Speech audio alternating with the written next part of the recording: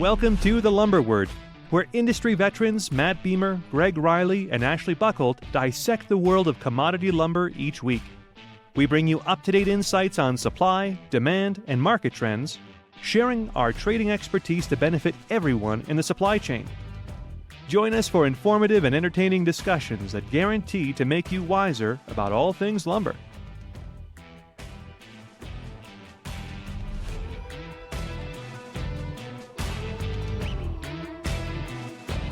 Hey everybody, welcome to this week's episode number 100 of The Lumber Word.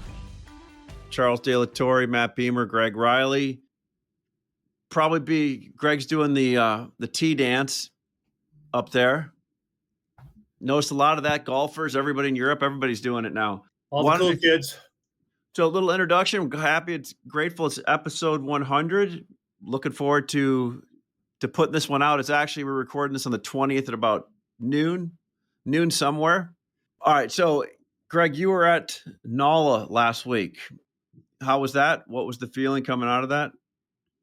It's a great show down in Phoenix. Was the second time that we've been down there in the last 3 years. Good crowd. I don't know. I was making a comment to somebody. I go, wow, there's just a lot of young faces around here. And he just looked over at me and did a Charles and went, dude, I think you're just getting older. But every day, all of us are. There was good energy down there. People, were generally feeling pretty good for a number of reasons. The recent market obviously helped. I would say my takeaway, and I share this through the lens that I look at things through. And I don't know if I was looking for this or it's what it was, but my general sense was that most people were very cautious about what their expectations were for next year, varying from people like, I don't think the prices are going to hold, or in some cases I had people that said, well, I think it's going to, sell back off in December. I'm not sure if that was because they needed / wanted to buy. My takeaway was I'm generally positive as a result of the time that I spent there.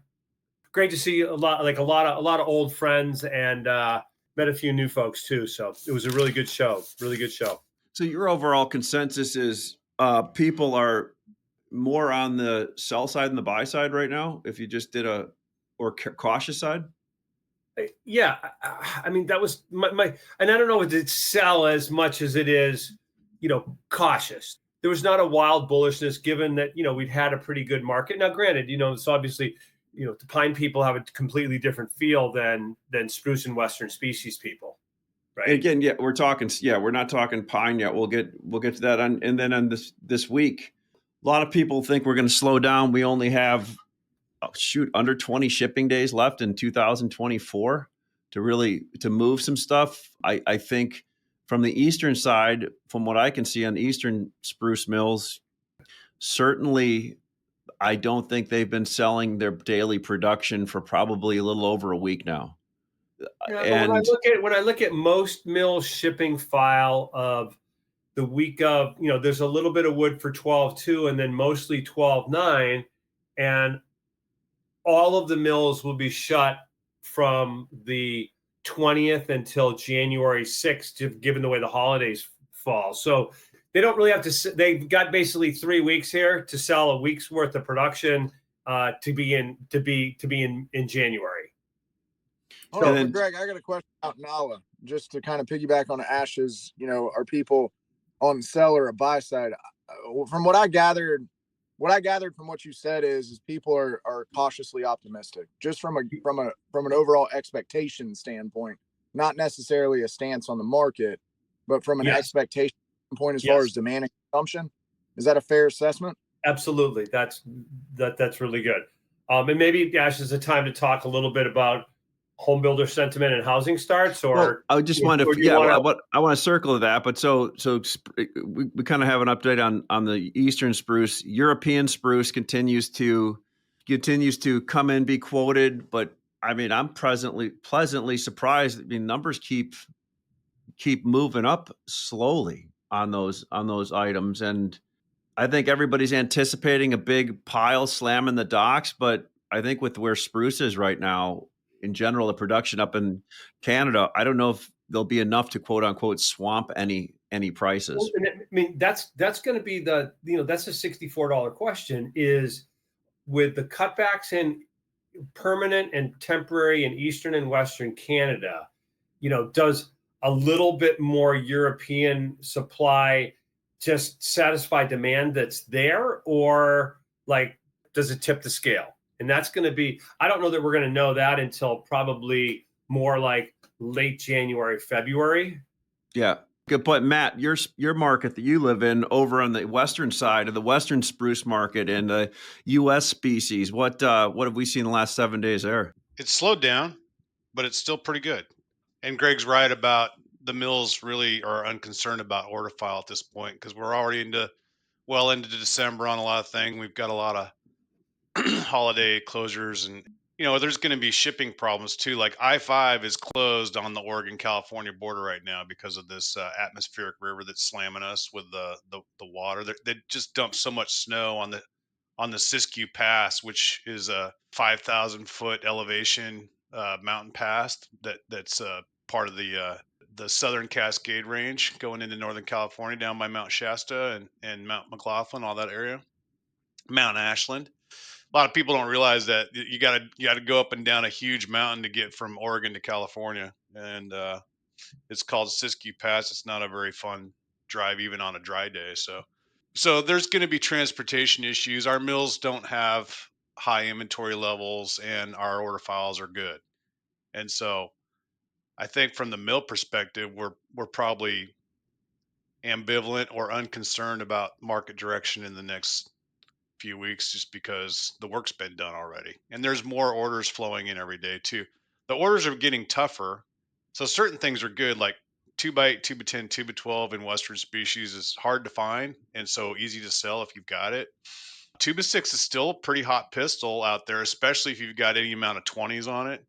16s and 20s seem to be the lengths that people are looking for the most. 2x4 is just there. It's just along for the ride with everything else.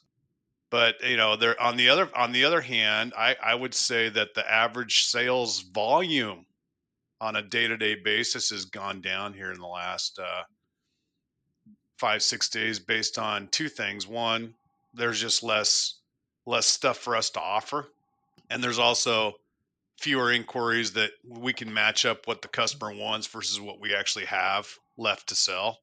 And then there's some apathy and seasonality here creeping in because of the holidays, and because we've just finished a 4 or 5 week buying spurge, and we've moved the market $100 plus on a lot of items. And so that, all things have an end time and a shelf life, and we're kind of reaching the expiration date on this particular cycle. So, in the big picture, my feeling is, hey, we're going to have a consumption period here. We're going to have a holiday slowdown.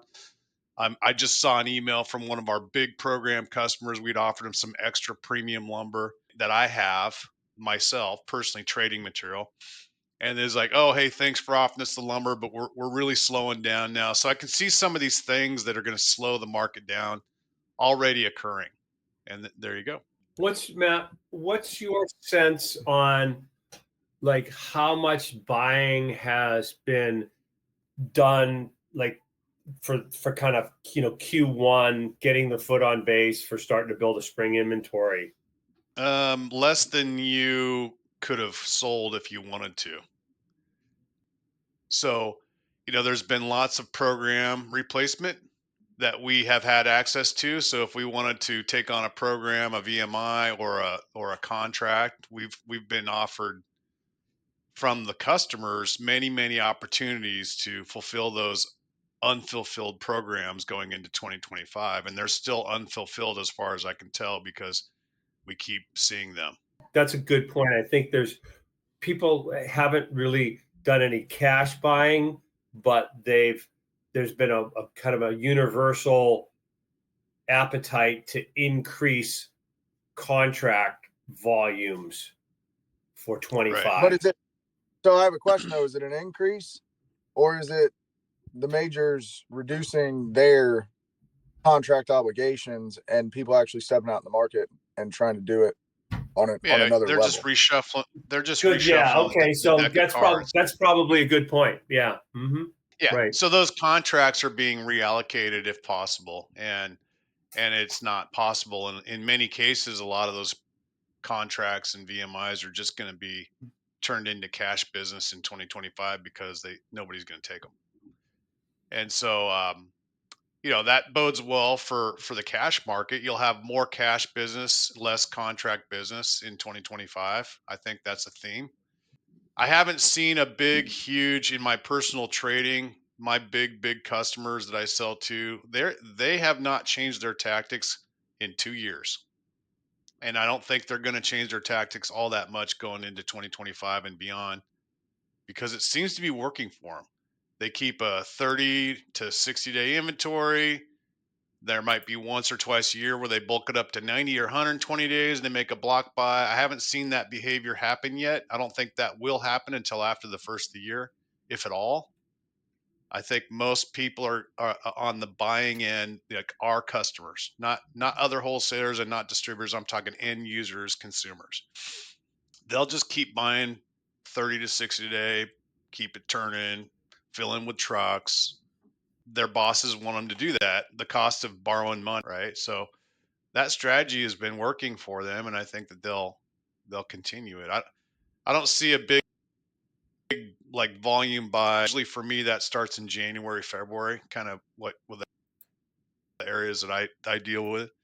But so in fourth quarter of 2024, I haven't seen any of my big customers like load the boat, so to speak, at all. So, question to Charles, and it's what's going on with pine, Charles? When are you guys gonna start like getting this thing, following along the marching orders like it should be?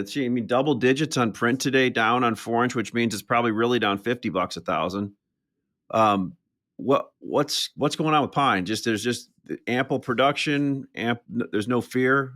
I think people came in and did what they had to do, and then they took their toy truck and walked out of the sandbox and went home. I mean, I'm gonna be honest. Yeah. And yeah. It's been a real interesting environment in pine for sure. And I think a lot of it has to do with major producers kind of reevaluating how they go to market and how they sustain order file, because I think we've talked about this multiple times on the show. Order file kind of helps you solidify price levels.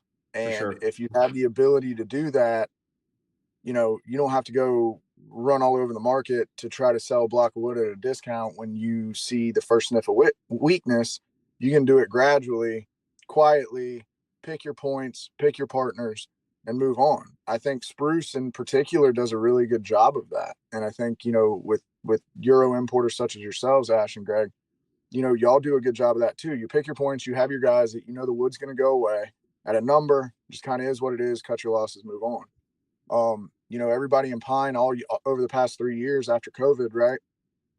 Incremental dollars. Well, we need incremental dollars because our break even is X, and a sales average of $345 doesn't make anybody money. I mean, we've been hearing that story for over 24 months. So at what point do we realize that our approach is flawed? And that, I think that's going to be a topic in 25, right? I mean, you look at a majority of the business that's conducted now in the market that we're in pine in general, you got to take on risk to make money. But to quote Wood, $30 to $40 under a delivered number, that's unwavering risk. That your risk protocol is completely off balance, right? Because you may pick up $10, but you could lose 40. So It doesn't make a lot of sense to kind of dabble your foot in that. And from a end user and consumer standpoint, because we're both, right, volatility is good for everybody. But at a certain point, there's got to be an understanding of how do we conduct business so everybody wins, because that's when the partnerships really matter. You look at it from a really interesting perspective. You're a buyer and a seller. So have you had anybody willing to price you long term? And no, they won't. But are people asking you to price long term? Oh yeah. Yeah. I mean, it's majority of our business is all future price locks, especially on the manufacturing side. Sure. But anytime you go to a major producer, it's, here's my window, and I've got to sell this window. This is what I have available, and we don't think outside the box, right? Right. And then, the other thing is that looking at these cycles and pine, we're looking at since July, we're looking at 20-day periods to where you have escalations and depreciation points, right? It's a lot of peaks and troughs. Now, there's a way to kind of flatline that to where you're more of a roller coaster kind of. What? It kind of makes things a little bit more fluid. There, he's back. You're back. We heard you. Look, you said peaks and troughs, and roller coasters make it a little bit more fluid. I mean, you have extremes, right? I mean, you have extremes. Franks and beans. And something about hitting the ball to the clown's mouth, windmill. Yeah, and then there's nothing, right? Go ahead. Kind of like staying up till 1 o'clock in the morning and watch the Jake Paul Tyson fight and being completely underwhelmed. It just is what it is. Dude, that was, we should have known better on that. On that side. Talk about a scam. I mean, hang on. So I was out in the middle of Iowa, sitting in my buddy's barn watching it until we got the spinner, and then everybody's like, oh yeah. Everybody went to bed, woke up the next morning, were disappointed. That's for all. That's big. So, hey, back to it's crazy because it was a huge win. It was a huge win for Netflix. Their stock's at like all-time high because, 60 million people like watched it. Crazy. Yeah. Jake Paul may not be a boxer, but boy, he knows how to make some money. I can't imagine what that contract looked like from Netflix to get exclusive rights. And one of the best marketing guy of the decade. No doubt. That's what we need to get some of that love here over at the Lumber Channel. So my question was 60 million people watching it with their own sign-in or with other people's sign-ins? I'm not saying that. Verify that. I don't know. There was like 14 people that were actually logged in. They've done a lot to limit that. But gosh, I did. That brings me to a point where I listened to last week's show. You guys did a great job. I thought it was a great show when I listened to it. And I really thought that the sponsor spot in the middle was really well done and had a lot of value for people. So, I'll be wondering, if your phone will start ringing off the hook with other people looking to get on that sponsorship bandwagon while it's still available. Now, Random Lengths did a good job on that one. We've got another one this week, and them kind of stepping up first and being the first sponsor. Pretty cool. Appreciate that. They got a lot of good stuff to offer. This is a good point where here is a quick word from them. Hi, I'm Matt Graves, leader of Fast Market's Random Lengths price reporting and longtime listener of the Lumber Word. We're thrilled to sponsor this 100th episode of the podcast. Congratulations to Ashley, Greg, Matt, Charles, and all the other guests who make the Lumber Word such an informative and fun ride. You guys never fail to bring compelling insights from the trenches of this fascinating industry. And you always manage to crack me up at some point in the process. Let's face it, this is a people industry, and it always will be. At Random Lengths, we believe more than ever that it's crucial to have experienced reporters with deep knowledge to cover prevailing prices every week. Any trader worth their salt knows that a system can be gamed, and that's why we rely on equal input from buyers and sellers, and multiple levels of peer review by experienced human beings with no skin in the game before publishing any price. Fast Markets is a globally recognized PRA, or price reporting agency.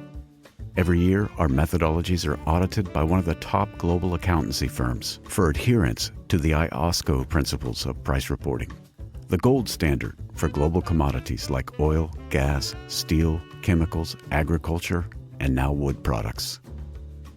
Thanks for listening, and now I'll let you get back to the show. Happy Thanksgiving, and congrats again to Ash and the team for hitting the 100 mark. All right, we're back. And wanted to go backfill to housing data that you were talking about from this week, Greg. So we got home builder sentiment came out, and it was improved. Current sales conditions rose to 2 points to 49. When it gets over 50, that's when it's really good. The sales expectations for the next 6 months increased 7 points to 64. And, I'm not sure what the driver is on that, because you think, mortgage rates have backed up, but I guess from the big builders, that doesn't matter as much. And it may have a lot more to do with the expectations that that the new administration is going to ease a lot of regulations and make it so that there's more buildable land available. Housing starts came out. Was that yesterday? Yeah, it came out yesterday, and they were kind of under. I'm going to say they were underwhelming. I guess I pull it out is year to date, housing starts are down 1.9%. Single family up 9.4%. Stand by, correct that. 3.2%. Single family up 9.3%. Multifamily down 29.3%. So, single family continues to chug along at a decent rate, and multifamily is getting better. If you remember earlier in the year, it was down 40+% year over year. The completions number continues to just rock. We're up 14.1% this year versus last year, driven by a 40% increase in multifamily. And I guess my wild card for 2025 is, as all of this stuff gets completed and the pipeline of multifamily is a lot lower, we still have an affordability and a housing need in the country. Is there going to be a big ramp up once we get into second, third quarter of next year for multifamily? Question. Well, I think that's that's a good question. I don't know. Matt? My prediction is no. No, I don't see multifamily, coming to the rescue here in 2025. I think the banks are going to be leery of that. And so, there will be, it is improving. And I think part of the reason why it's improving is just we need more housing, and some of these projects make sense. And some of the people behind these projects actually have the pocketbook to run them. But the guys that are on the margins that need the banks to finance like 95% of it, they're not going to have a lot of fun in 2025 at these new higher interest rates. The long-term interest rates don't look that good for them. When we start to see relief in the 10-year and the 20-year, I think you'll get more of that. But a lot of it's from the banks. If you listen to these bankers talk about how they're loaning money and who they want to loan money to, they're not really super excited about apartment builders. The one caveat I would say is, which is hey, at least interesting, rents are because going rents have stabilized in so many markets. That's interesting. I just said that. I think rents are starting to go back up, and that's actually a good sign. So maybe the math is going to work a little bit better, but I still think that the interest rates, and I've said this multiple times on the show here the last month, I'm very aware and concerned about interest rates being a tamper on people's optimism for 2025. And we could have a record-setting year in 2025. A lot of people back in the summer were predicting really big numbers and lots of excitement. That could happen for sure. I could build a case for that. Absolutely. We know one thing going into 2025, there's going to be a lot more people involved in the cash market on a day-to-day trading, because a lot of these programs are not going to be fulfilled. We just talked about that. But the flip side of the market is the 30-year mortgage and the cost of borrowing money. And that is a real thing that, everybody in our industry is pretty sensitive to the cost of money. So I'll leave it there. Yeah, obviously, mortgage rates are 7%, but most of the big builders in all the major markets are buying down mortgages, in the mid 4% range. And what we're seeing is the big national builders that can do that are continuing to gain market share on the smaller players, regional players. So that's, I mean, listen, single family's up 9.3% this year with the mortgage rates where they're at. I mean, that's, I'm saying, that's impressive. Yeah, the houses are smaller, et cetera, but still. Charles, you said you had a question? Yeah. So obviously single family is a big thing, especially for spruce and just in general and retail and big box and what have you. But if you look at the housing data that was just released and you look at deliverables and completions on the multifamily side, in addition to the cost of money, I know everybody was thinking that a bunch of jobs were getting pushed off due to presidential elections, et cetera. But the big thing there is we haven't seen a break in interest rates, and you have a bunch of completions based on the data I looked at this morning. So how is that going to play into Q1? Because I know initially 90 days ago, we were really excited as an organization for Q1, but it seems like that excitement has waned a little bit. What say you? Q2. My business is a little different, maybe, Charles. I'm always pretty optimistic for Q1. It just seems like the people that I deal with and the areas that I deal with tend to hit the ground running in January for whatever reason, and so I don't expect it to be any different. If anything, I think it'll be maybe a little bit better this year, just because some of the things that I trade are hard to buy and sell. It's like, the low grade, we've been talking about low grade tightening up here since the new duty came into effect, when it went to 14.4%. That's actually sort of an inflection point, right? So there's a lot less economy and kiln wets and utility number 3 out there available for the U.S. market to buy. That helps me. That's good for my little business.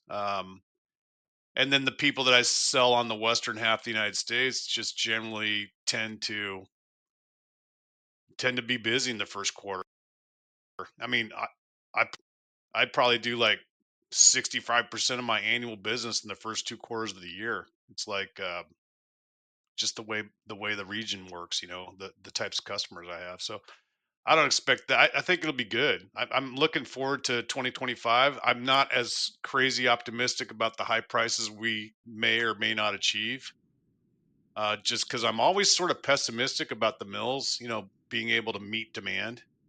But things happen, and I wouldn't be surprised if we had some nice significant rallies. But I also wouldn't be surprised if it ended up being a lot like 2024. So I'm just Well, the difference, Matt, I think that the two differences potentially and factually is 2023 into 2024. Eastern Canada had a big ramp up in production because of all of the fire damaged wood, and those mills were running full out in this time of year and in the first quarter to cut that wood.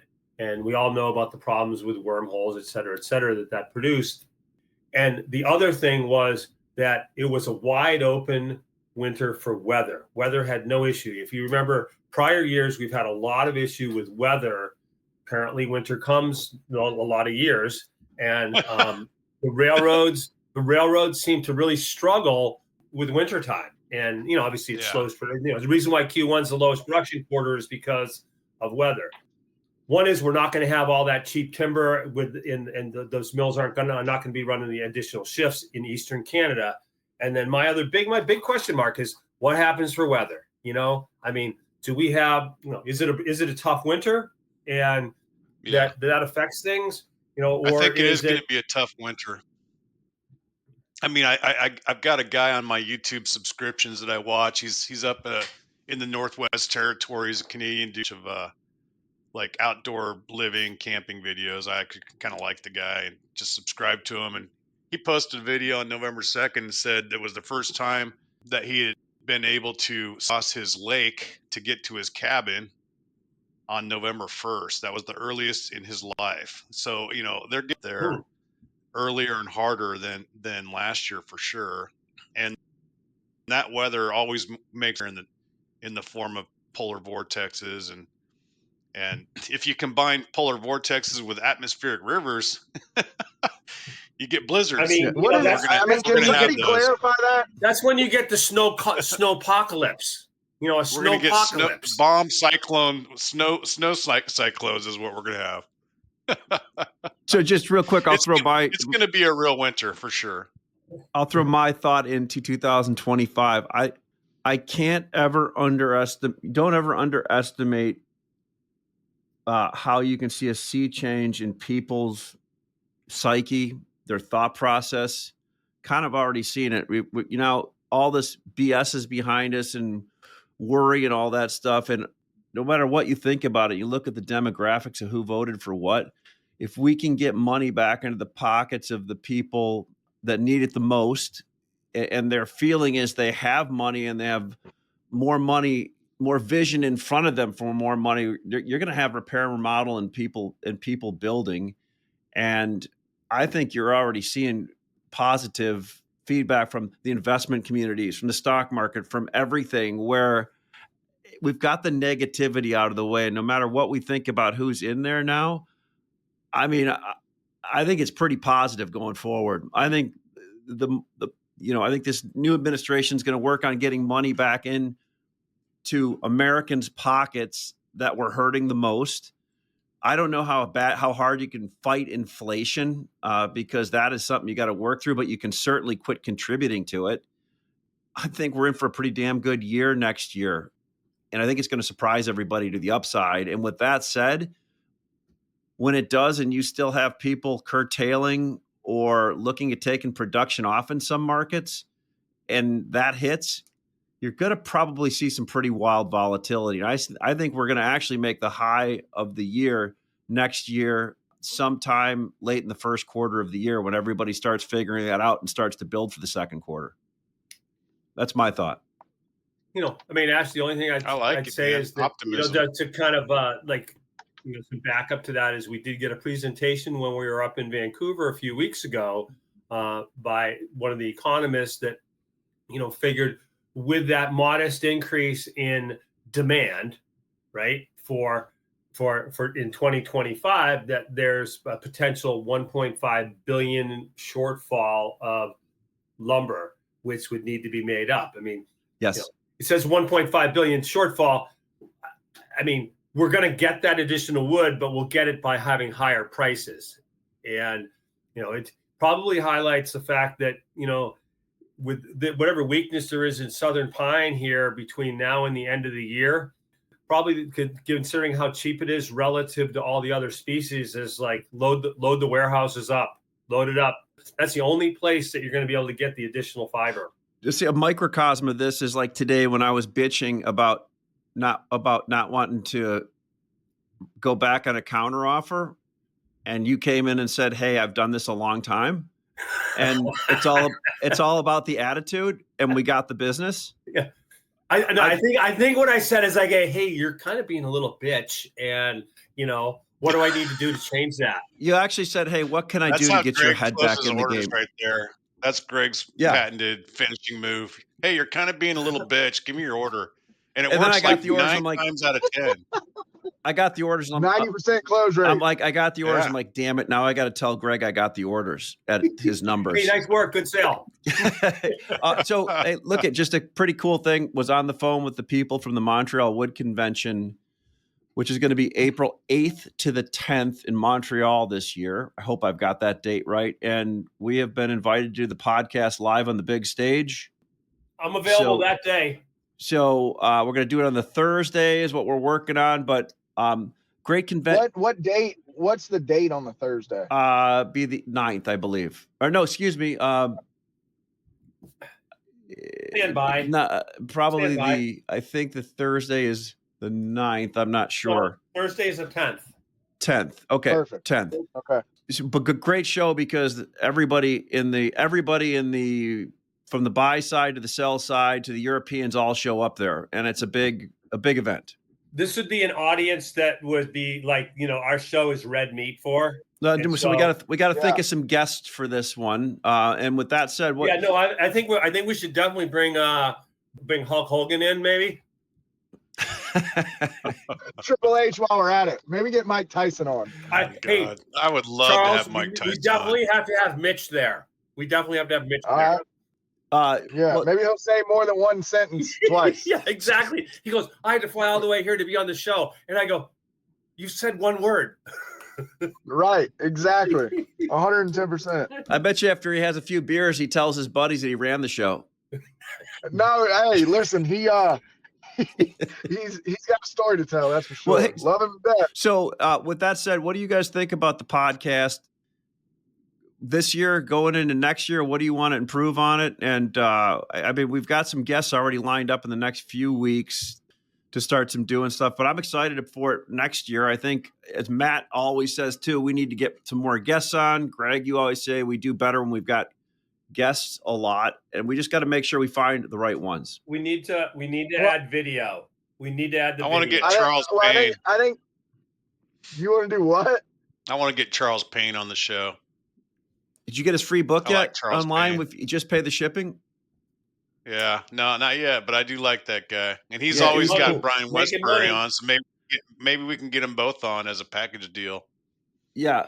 What was that, Charles? No, I just one thing I was going to say is I think as a whole, people get a lot of entertainment value when there's a lot of banter, right? So if there was a way to where we looked at it with the video, people could see more personality. I think that's a big thing, right, Greg? I think that's where you're kind of getting that from, right? The animation of it. And then, guests, just rotate. You know what I mean? I think that's good. It keeps topics fresh, so we're not beating, the same thing into the ground 47 weeks in a row. I want to wear a big purple hat with a feather in it too, and create my own persona. I think you should. I'm going to wear a Burger King crown. We need sound effects too. Kapowie! Well, that's awesome. I'm excited about doing that. Instead of doing Merry Day Dump, since we're no show next week due to the Thanksgiving holiday, we should just give a quick, what are we thankful for in 2024? How's that? Gratitude is important in having life. Yeah. And I'll start off since I split it up. You know what?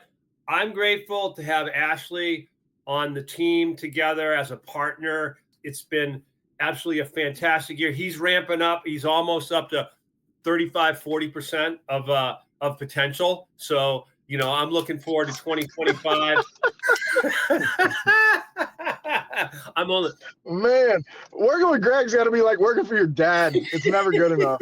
Greg's the worst trainer in the world. He's had Ashley for 25 years, and he's only got him up to 35%. Jesus, Greg, you suck. Hey, no, because he left for so long. It's the retraining is the there's a learning. Well, who trained him for the first 20 years? It's awesome. It's awesome having him in, even when he's a little bitch. I still love it. All right, well then I'll follow up on that. Look, even though I'm at 35%, I'm only using 10% of my bandwidth, so I'll ramp that up. Greg, grateful for you for what we've done so far. Grateful for the team too, Matt, Charles. We meet a lot of cool people because of this podcast, but here's the deal: we do this every week, not because we have to, because we want to show up and do it. And I'm grateful for everybody that listens to this. And Greg, you can even say, and Matt, you've given me feedback. A lot of the young kids in this industry don't have a lot of people showing them what to do or direction. And a lot of them listen to this. And I'm guessing take some of our advice. Again, it's worth what you're paying for it, the advice. But I think it's a really disclaimer at the end. This is not financial advice. I think it's a really professional advice. I think it's a really cool way to give back to the industry. Yeah. In a way. And I'm also grateful that this past election really highlighted the podcast venues. And, sooner or later, we should have more viewers than MSNBC. Oh, well, that could be today, right? I think Patrick Bet-David said that. He said the future, the greenest pasture in politics is a privately run podcast. I think he's quoted saying that. Absolutely. Look at you, Charles, man. You're pulling out did you write that down and having a sticky note in front of you? No, I'm like an elephant, man. That's all. Break everything down to its smallest form so it's easy to remember. I noticed when you went down the hall Okay, that Rain you were Man. like an elephant. So, Matt, Charles, which? All right, one of you two. Go ahead, Beamer, lead the way. I'm grateful for Charles sending me bonfire pictures with a Bud Light in his hand every Friday night. It's awesome. Whoa. Just kidding. It's natural light, just to be clear. I'm natural light, of course. I'm very grateful for enjoy working at Hampton. I've been here for 20 years now. This is my 20-year anniversary in August. Wow, congratulations. I've been able to. Yeah, no, I've really enjoyed it here. I like the fact that it's I've gone to Hampton. I've done business with Jamie Hampton outside of the lumber side of things. I mean, we see these guys around the office all the time, and it's a big company, but it still kind of feels like a small company when you're spending time and getting to know the actual owners. So I'm very appreciative of that.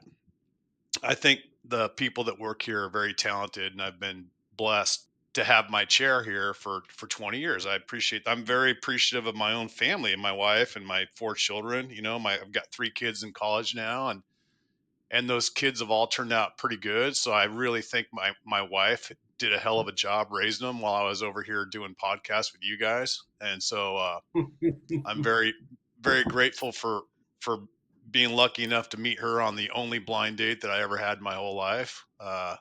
Back in college, she's been a wonderful wife. We're coming up on 30 years now. So those things matter to me the most. As far as the things in the industry that I'm grateful for, I'm very grateful for having this podcast with you guys, because it helps me actually flesh out my own ideas.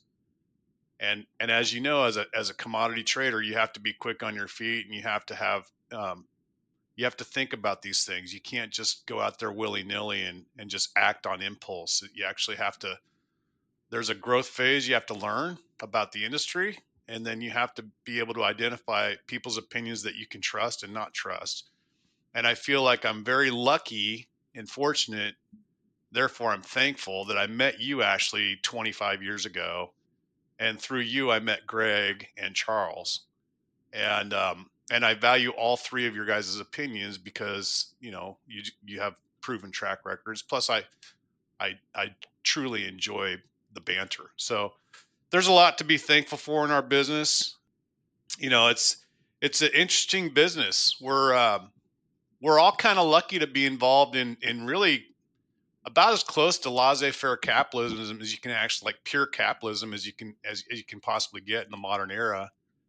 And it's hard to explain that to somebody that's been working on a salary for their whole life, but I haven't had a salary for 30 years. I mean, I get paid whatever I can earn. And Eat what you kill, baby. And I wouldn't have it any other way. I really like that. So thank you. I'm very thankful.